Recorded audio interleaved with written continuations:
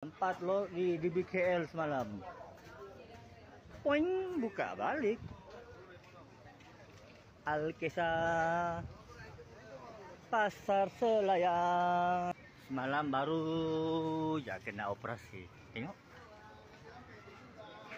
Ada balik. Semalam petang weh, semalam petang dalam pukul 6-7 macam tu ah. Buka balik. Oh yo, kabel kuat gila oh. Macam ni. Tengok. Kaki lima punya kaki lima pun ada.